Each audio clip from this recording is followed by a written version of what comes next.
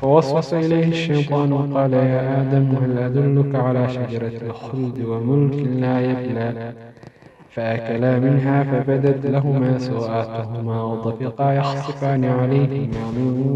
ورق الجنة وعصى